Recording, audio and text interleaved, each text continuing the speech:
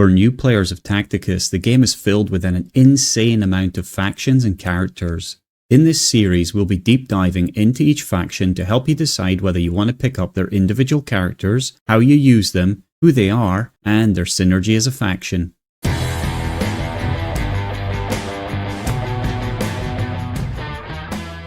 As this is the first video in this series, we're going to start with the Ultramarines. This faction is the most famous of all the Warhammer 40k factions, and that is no coincidence. The developers of Warhammer 40k, Games Workshop, knew that this striking set of Space Marines were so incredibly eye-catching that they're the perfect poster child for entry into the tabletop game. And so they were the obvious choice for the developers of Snowprint to pick as the faction for beginners in Tacticus. They are the faction you see first in the game, being part of the onboarding, and most of the characters you get opened up for free. So let's take a look at who these boys in blue really are.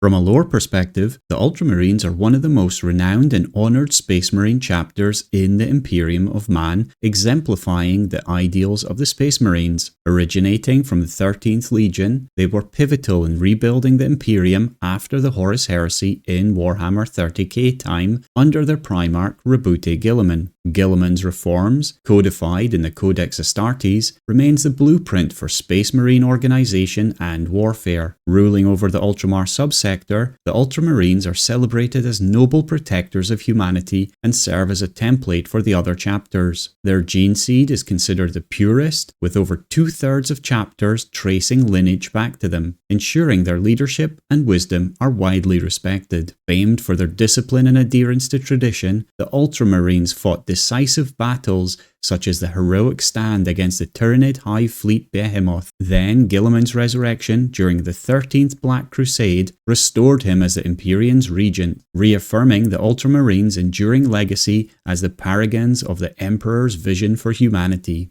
The Ultramarines in Tacticus are currently compiled as 6 characters and a machine of war. The characters are Varro Tigurius, Certus, Bellator, Incisus, Marneus Calgar, Titus, and Galatian is the machine of war. To open these characters, Varro Tigurius is the first character unlocked in the opening tutorial. Certus is the 3rd character unlocked in the opening tutorial. Bellator is the 2nd character unlocked. Incisus the 5th character unlocked. And Marneus Calgar is the final boss of the Indomitus Mirror campaign, which is Battle 75. After beating him, his shards can be farmed from his boss stage, and he can be obtained from requisition pods. Titus is currently only available from requisition pods. Galatian is available from the Incursion event that runs monthly and requisition pods. And so whatever level you are, you will have the first 4 characters at the very least. So let's take a look at who they are and what they can do. And in the meantime, if you want to earn some free blackstone to help you on your way,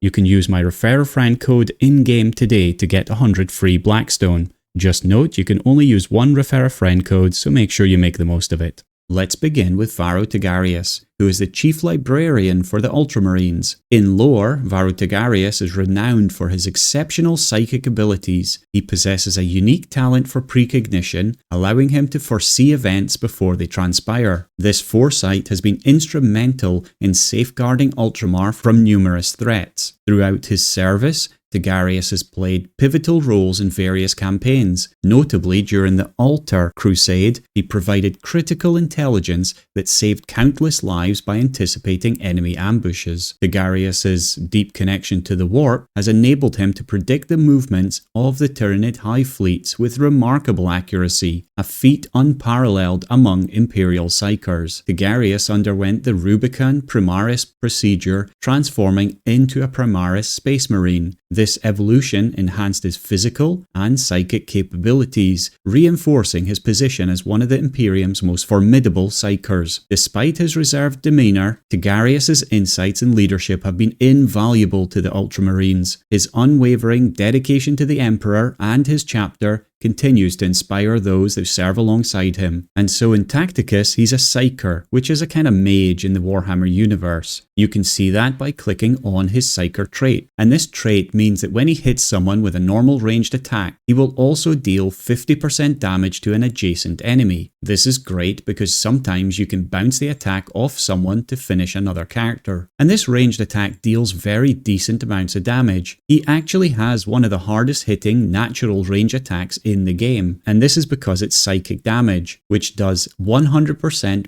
pierce damage, and so it goes through the enemy's armor, and that makes him a great champion for fighting tanks. His range is 2 hexes from an opponent, so it isn't the highest range in the game, but when he hits hard. He also has a 1-hit physical melee attack. However, because it's physical damage type, it only has a 1% pierce ratio. So basically, he's going to swing his staff at someone next to him and just not be able to get much damage through it. This makes him one of the weakest melee champions in the game. So this is already a lot to learn, but as a beginner character, it starts to show you the great variety in different character attacks. Now let's look at his passive skill, Psychic Fortress. This increases the amount of blocking that friendly units surrounding Varro can do, and then also reduces incoming psychic damage as well. So what does this mean? Well, if you put Varro in the middle of a group of characters, then they're going to have a chance to block some extra damage. But also, if they're attacked by psychic damage, then he's simply going to reduce the damage they're taking. So this really does make Varro a great leader for the early game. Stick him in the middle of Ultramarines,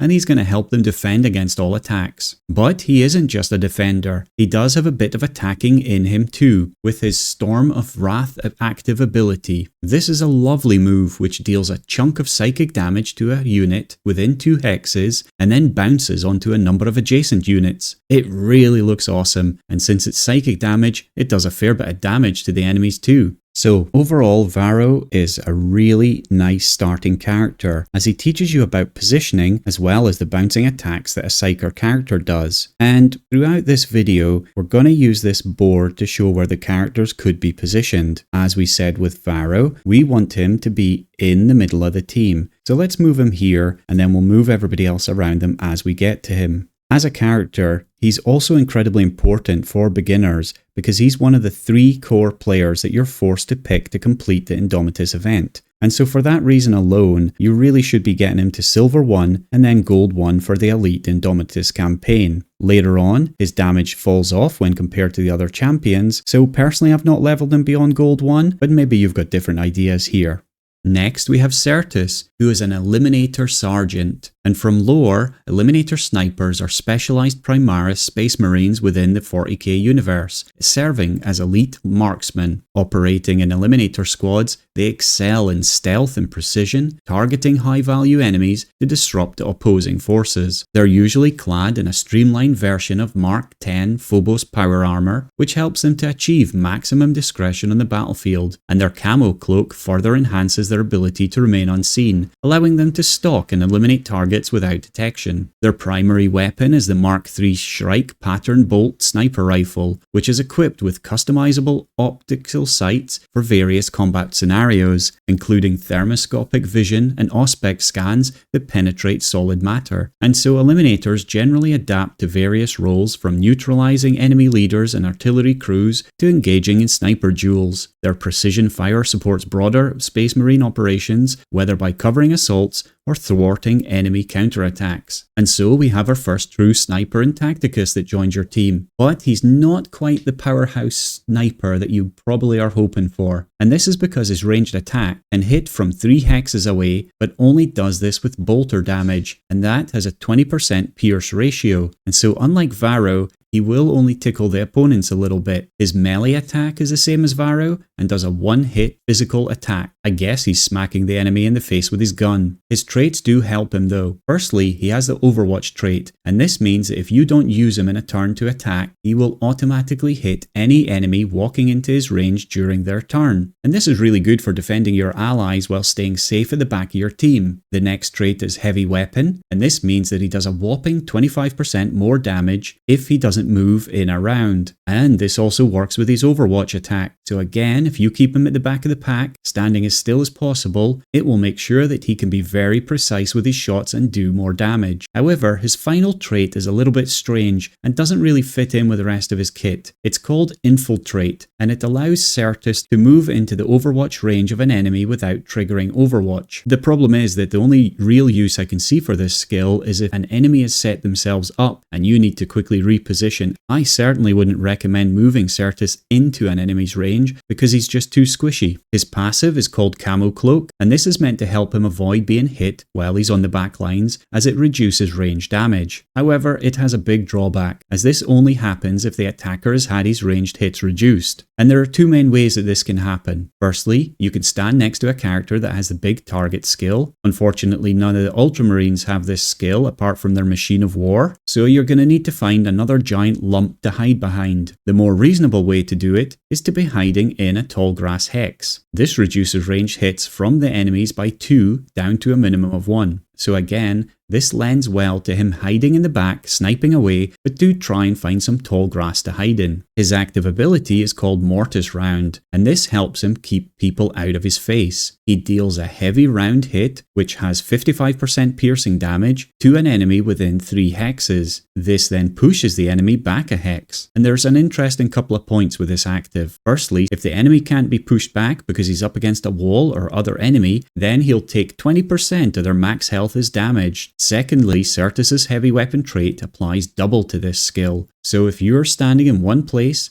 and shoot somebody into someone else or into a wall, it's definitely going to hurt them more than a normal shot. And so Certus is the first sniper you're going to get your hands on, and he doesn't really stand up to the later snipers that got added to the game, but he's definitely going to teach you a lot about positioning and how to use that heavy weapon trait well. So for him, we want to find some heavy grass, stick him in there, and then try and protect him so he doesn't have to move around. Then, when the time is right, stick a mortis round through the eyes of an enemy. One final note, Certus takes the longest of all characters in the game to level up. Sadly though, he is one of the 3 core champions needed for the Indomitus campaign alongside Varro. So if you want to complete the elite version of that campaign, you're probably going to need to push him to gold 1, and that is a little bit painful to level. Next we have Bellator, who is an Inceptor Sergeant. In lore, Inceptors are fast-moving Primaris Space Marine shock troops equipped with heavy jump packs and heat-shielded Mark X Gravis power armor. They serve as spearheaded units, executing rapid combat drops from a planet's upper atmosphere to strike enemies with overwhelming force. Their primary armament consists of twin assault bolters, though they can also opt for plasma exterminators for increased firepower. Usually they're deployed for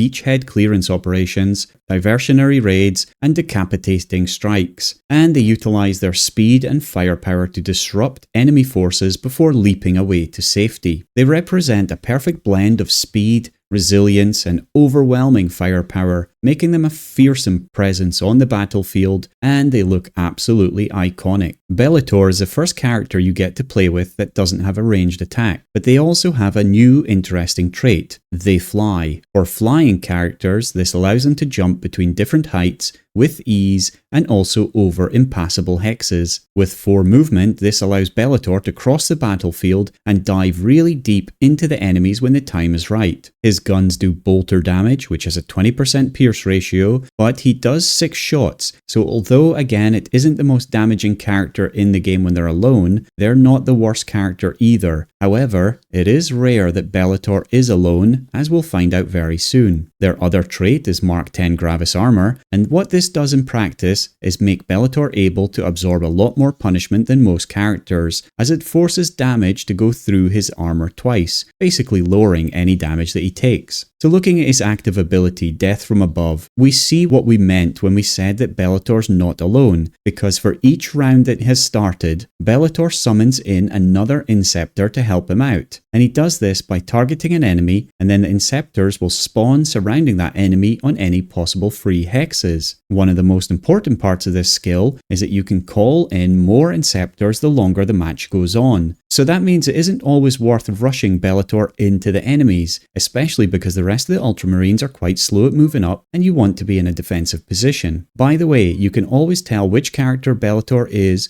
by the gold symbol on his head. This makes it easy to distinguish him when the battlefield is swamped. When it comes to his passive ability, Shock Assault, this allows any Inceptors adjacent to Bellator to shoot again, and this really increases the damage of Bellator, and when you spawn a lot of Inceptors around the battlefield, they can really start to give enemies a solid beating. They also fly around with Mark 10 Gravis armor, so they're no wimps either.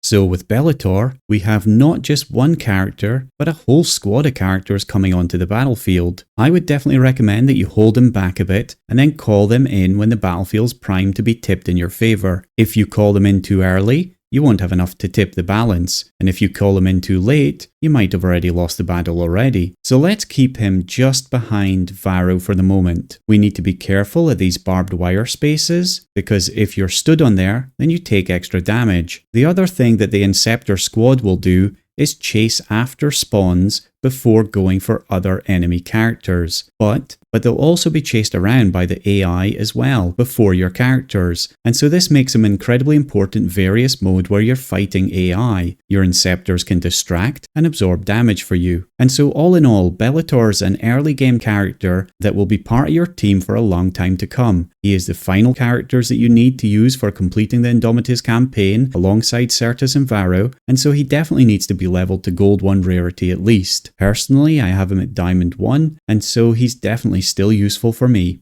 Next we have Incisus, who is an apothecary. In lore, an apothecary is a specialised officer within a Space Marine chapter, serving as both a combat medic and a biomedical researcher. Their primary responsibilities include battlefield medical support, as they provide immediate medical assistance to wounded battle brothers during combat, utilising their Narthesium, which is a specialised medipack equipped with tools for surgery and first aid to stabilise injuries and facilitate rapid recovery.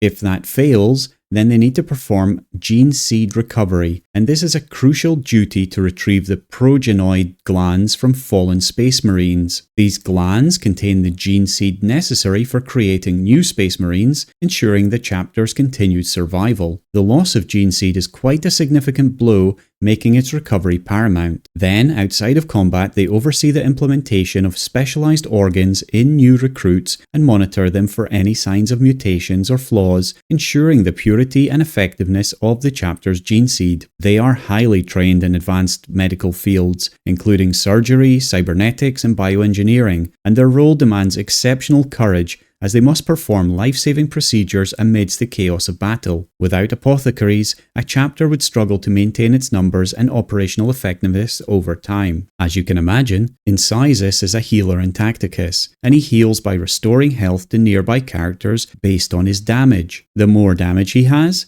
the more he heals, so make sure you're leveling his weapon as well as him. And when we talk about his weapon, you would think that a healer would be pretty useless on the battlefield, but he actually packs quite a punch, as his weapon does 80% piercing damage with one hit, and so it always does a fair hit. With his one hit and healing, he becomes quite important for different events like legendary character release events. He doesn't have any other traits, and so let's take a look at his passive ability Narthesium. And this is a really interesting skill because it gives Incisus a 90% chance to revive any friendly non-mechanical characters. The only time this is guaranteed to fail is if the fallen ally has been overkilled, which means they've been dealt over twice the amount of damage they needed to kill them. However, even with that, it means that Incisus has quite a high chance to revive characters, and so if you keep him protected, then he'll keep your characters fighting for a lot longer than they usually would. His active ability is Combat Restoratives, and this simply heals Incisus and all friendly units around him. So again, it just keeps his allies fighting on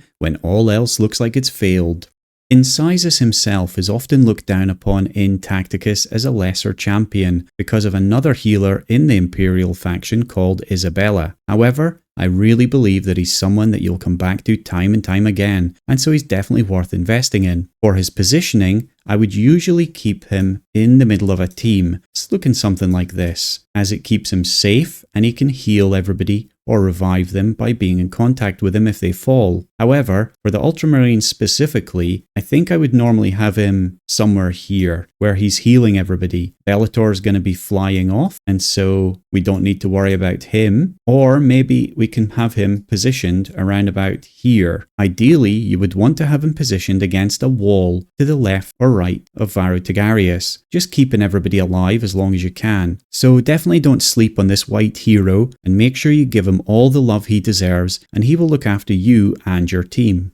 Next, we have Marneus Calgar, who's the Ultramarines chapter master. And in lore, Marneus Augustus Calgar was not the given name for this hero, it was in fact Tacitan, and Calgar was the name of his best friend, who was brutally murdered by their mentor while hiding the fact that he was a cultist. Tacitan took the name Marneus Calgar and vowed that the name would live on in history, and he certainly has achieved that. He rose to become the chapter master of the Ultramarines, holding titles such as Lord Defender of the Greater Ultramar and Lord of Macragge. He's renowned for his strategic brilliance and personal valour, and has led his chapter through numerous critical engagements. During the First Tyrannic War, while being invaded by the High Fleet Behemoth, Calgar orchestrated the defence of Macragge, and despite its eventual loss of the planet's polar fortresses, his leadership was pivotal in halting the Tyranid advance. And following the resurrection of Primarch Roboute Guilliman, Calgar played a significant role in combating the forces of Nurgle in the Ultramar region, suppressing multiple anti-imperial uprising and mutinies. He also became the firstborn Space Marine to undergo the transformation into a Primaris Space Marine. This process involved the implementation of additional gene seed organs, enhancing his physical and combat capabilities. Then, post-transformation, he donned the armour of Heracles, a customized suit of Mark X Gravis power armour. And this is just scratching the surface of this incredible hero, and he is celebrated for his tactical acumen and inspiring presence of the battlefield. He exemplifies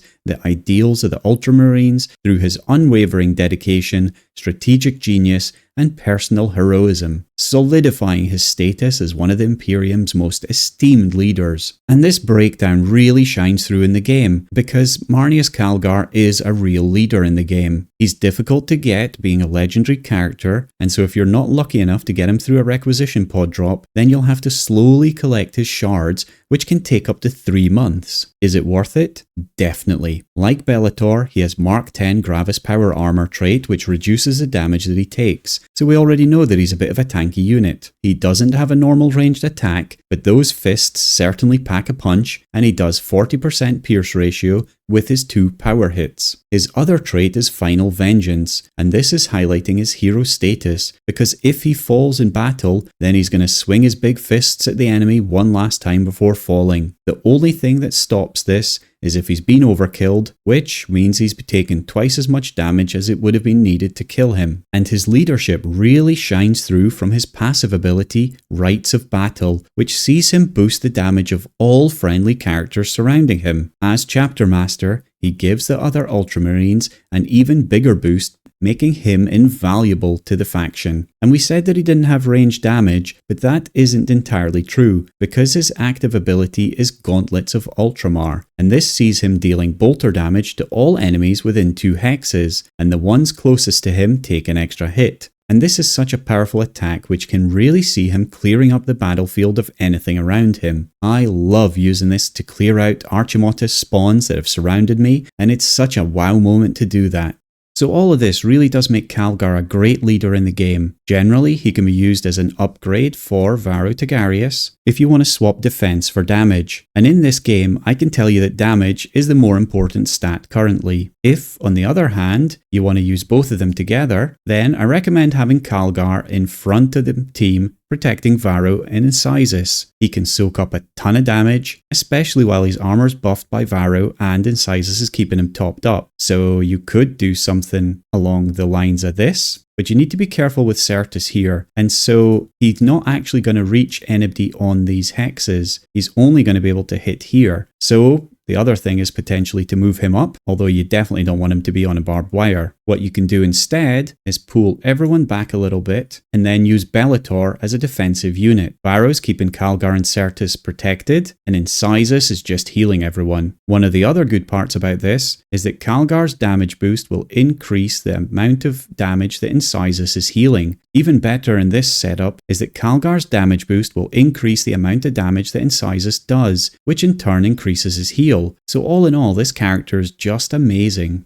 Next we have Titus, a distinguished Ultramarine Space Marine who has served the Imperium of Man for over 2 centuries. Initially he held the rank of Captain of the Ultramarine 2nd Company, and during the liberation of Forge World Graia, Titus successfully defended the planet against an Orc Wa and the subsequent Chaos invasion. However, his unexplained resistance to chaos led to suspicion, resulting in his imprisonment by the Inquisition on charges of heresy. After enduring prolonged captivity, Titus was eventually exonerated and returned to the Ultramarines during the Era Indomitus. He underwent the Rubicon Primaris procedure, transforming into a Primaris Space Marine, but due to his extended absence, he was only reinstated as a lieutenant in the 2nd Company. Despite his reduction in rank, Titus remained committed to serving the Emperor and his chapter, and he joined Tacticus from our sister game Warhammer 40k Space Marine 2, where we assumed the role of Lieutenant Titus in a third-person action-adventure game leading missions against formidable foes like the Tyranids and Chaos Forces. And so Titus has been a much later release than the rest of the Ultramarines, coming out as one of the first 6th characters for a faction, and with that, he isn't here to train you in specific game mechanics, but instead is a full character himself. He doesn't have a ranged attack, so you're relying on him getting up and close and personal with the opponents, and his only trait is Final Vengeance, which is the same thing that Calgar had, where he swings at the opponent if he's killed without being overkilled. And this is actually a really important trait for Titus, because of his passive Fueled by Fury, and this deals extra damage with all of his attacks for each time a friendly character has used an active ability in battle. But the more important part is that the first time each turn that Titus is defeated, he cannot be overkilled, and also the first time each turn he defeats an enemy with an attack triggered by Final Vengeance, he's immediately revived. So he can actually be revived every turn, providing he kills the enemy next to him. For his active ability, Tactical Precision, he attacks a targeted adjacent enemy. And if Titus is charged this turn, which just means that he didn't start in contact with that opponent, then he deals a bolter damage hit to it. This attack is always a crit, and deals a bunch of additional damage. However, if he didn't charge the targeted enemy, and so he started next to him, then he deals 3 chain damage hits to all adjacent enemies, and chain damage is the same as bolter damage where it has 20% pierce ratio. The other cool thing about this active is that if Titus gets revived or resurrected, and Tactical Precision has already been used, then you can use it in the battle again. So he's very much a character that is just constantly getting up, attacking, dying, which makes him very, very relentless. However, Titus is in a little bit of a funny place as a character, because thematically we have someone that wants to get relentlessly into characters and start beating them down, but I don't feel he actually has a damage or defense to be able to do that as the lead character. So I feel that we're probably going to have him more as a replacement for Bellator. We can only have 5 characters on the field, so someone has to step out of the team. And so this puts him into a little bit more of a secondary tank position. For those who don't know this word, it just means that he isn't the main tank in the team, because he's usually a bit weaker. It perhaps even balances out the team a little bit better than with Bellator in there, and then I would probably have him a little bit more like this, with Incisus in the middle and everybody else is surrounding them. Either way, the main problem is that you're never going to get a perfect set of positioning in a battlefield. So every time you play, you're going to have to be assessing a few different things. Who are the opposition? Where are they placed? Are there any special tiles on the map? Is there any height differences on the tiles? How healthy are your troops, and how healthy are the opposition troops? And all of this is what makes Tacticus such an amazing tactical game.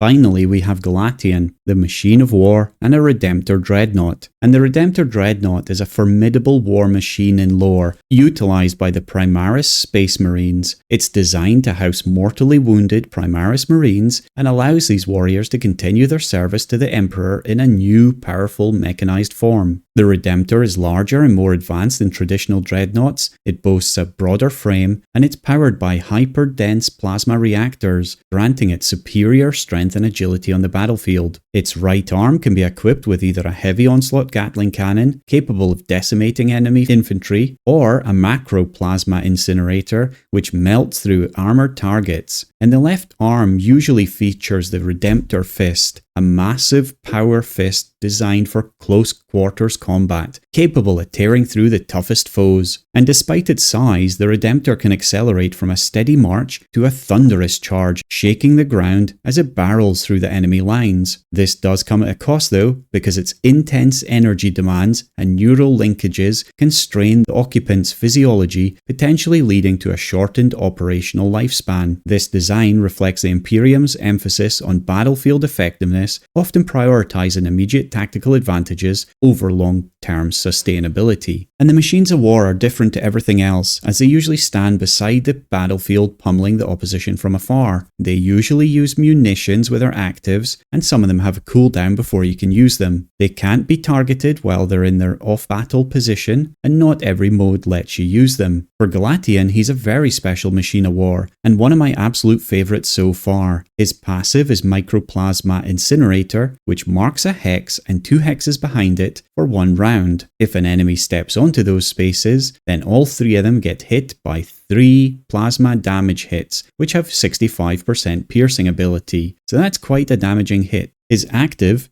Duty Eternal, is the real fun part about him though, because he gets deployed as a stationary summon on the battlefield in a 3-hex area, of course wherever there's space for him. And as you can imagine, he comes in and is very menacing. His melee attack does 5 power hits that has a 40% pierce ratio, and his ranged attack does 6 projectile hits with a 15% pierce ratio. So with all those hits, he will do a lot of damage, but it gets even better because his Ancient Fury allows his melee attacks to deal damage to each enemy that's adjacent to both the target and Galatian. Then his normal ranged attacks also deal damage to each enemy that is both adjacent to the target and any enemies that are exactly 2 hexes away. And that's insane, but it doesn't stop there because he also has a lot of health and armor, so he isn't someone that's easy to take down. The only thing you can do is create space between you and him as quickly as possible. And this isn't all, because he also has a bunch of traits. Firstly, he has the big target trait, which means that any adjacent friendly units receive 1 less hit from ranged attacks, to a minimum of 1, although he doesn't get any benefit from tall grass or trenches. Not that his fat frame could fit in a trench, that is. He has Overwatch, which means that if he hasn't attacked in this turn and an enemy walks into his range, he will shoot them. And he's mechanical as well, so he can't be healed but is repaired instead, which is a trait that some other characters have. So he's easily my favourite machine of war. He's big, he's mean, he's blue, and he does a lot of damage. What's not to love? I use his active a lot in my guild raid teams, but not so much out to that because I want to save munitions. And so overall, the Ultramarines are a great faction to help you learn the game. As they progress, some of their characters fall off a bit when compared to other champions, but Bellator, Incisus and Marneus Calgar will be champions you play for a very long time. They do have a decent amount of synergy as a faction, and honestly are just a couple of damage tweaks away from being a real challenger in faction wars. But that's everything for today. If this video has helped you, then please do subscribe for more videos like this in future. We have a big subscription target for the year, so I need all your help in getting there. And just so you know, every 1,000 subscribers gets us a new in-game code from Snowprint. So lots of reasons to subscribe. If you have any feedback on this format, please do share it below and look out for more faction beginner guides coming in the near future. Also, if you want to learn more about Tacticus, then I have a lot of beginner guides that can help you with everything from which characters you should be leveling first to helping you how to plan leveling them. I'll share a playlist in the link below.